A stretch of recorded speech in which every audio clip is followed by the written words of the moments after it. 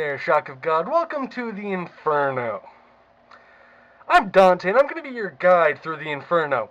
Sorry, Virgil's going to be your guide today, but he's out sick. But I'm Dante, and I'm going to be your guide through the Inferno today. Now, in your video history, or video legacy, whatever the hell you want to call your videos, you posit questions like, to atheists, you say, prove that atheism is correct and accurate. And when someone does answer your questions, you blatantly ignore their answers. You just ignore them. I mean, I've watched videos addressing your fucking stupid question, and you don't even address them. You call them failures even though you just don't pay attention to the people's answers because you're retarded. You are stupid. Now, I know you're a Christian. I don't know if you're a Catholic or not. If you are a Catholic, how come you don't go with what the former Pope said? Do you remember what the former Pope said about evolution? It's no longer a theory. It is fact. That's what the Pope before Mr. Ratzinger said.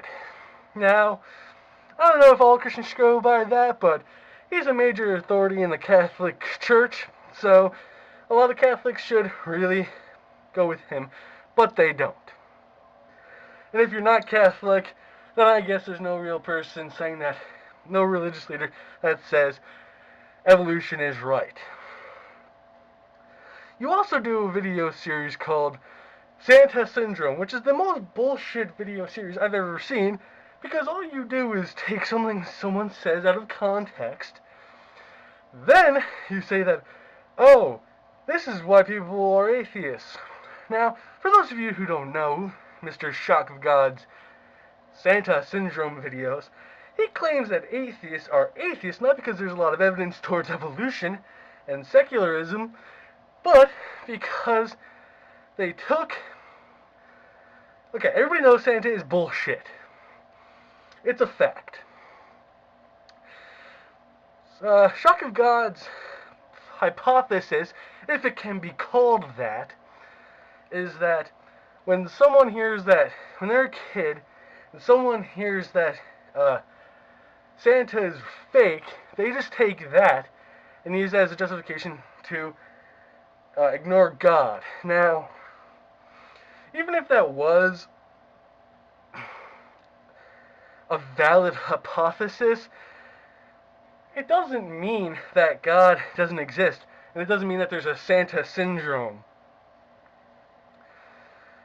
All it means is the children who hear that Santa is not real takes that and applies it to your fictional God and says, well, hey, Santa was supposed to be in line with Jesus and God. Santa's fake. God must be fake too. Now, I guess that might be considered Santa syndrome, but I don't know. Santa syndrome is just this mock little motherfucker's pet hypothesis. Now, I'm going to posit a little hypothesis of my own. Now, this is going to apply to many Christians, and it actually has a lot more credence to it than Santa syndrome. And here's my hypothesis. My hypothesis is that a lot of people who believe in God when they're adults had really shitty fathers. And they see that God is a father figure, and so they take their misplaced shitty father love that they had for their crappy father or whatever, and they take that father figure and transfer it to God. And that is why many Christians, I believe, suck the God dick, is because they're trying to deal with issues they had with their father. Now, some of you may be saying, well, that doesn't seem likely. Others may be saying that seems a lot more likely than Sanchez syndrome. I don't know. But shock of God.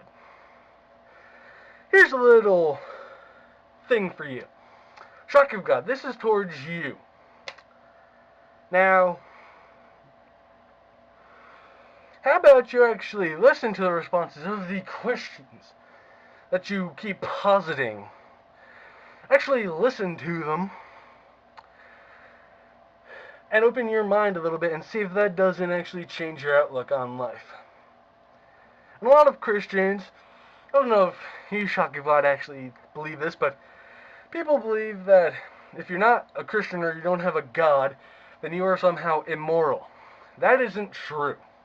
You're immoral because you're immoral. It doesn't mean that because you don't have any God. I'm pretty sure if you look at history, a lot of people who are doing immoral shit were religious. Look at today. Atheists are not immoral. A lot of Christians are immoral, though. It says in the Bible, do not kill. Thou shalt not kill. It says that. And yet, a lot of fundamentalist Christians go around killing abortion doctors. Doesn't that go against their holy book? But I guess it's justified. But I guess I'm going off on a tangent. And I hope, Mr. Shock of God, you like your stay in the Inferno. Because it's very warm here and the summer's ending. And it is now becoming fall. So I hope you like it here in the Inferno. Abandon all hope, ye who enter here. See you guys later.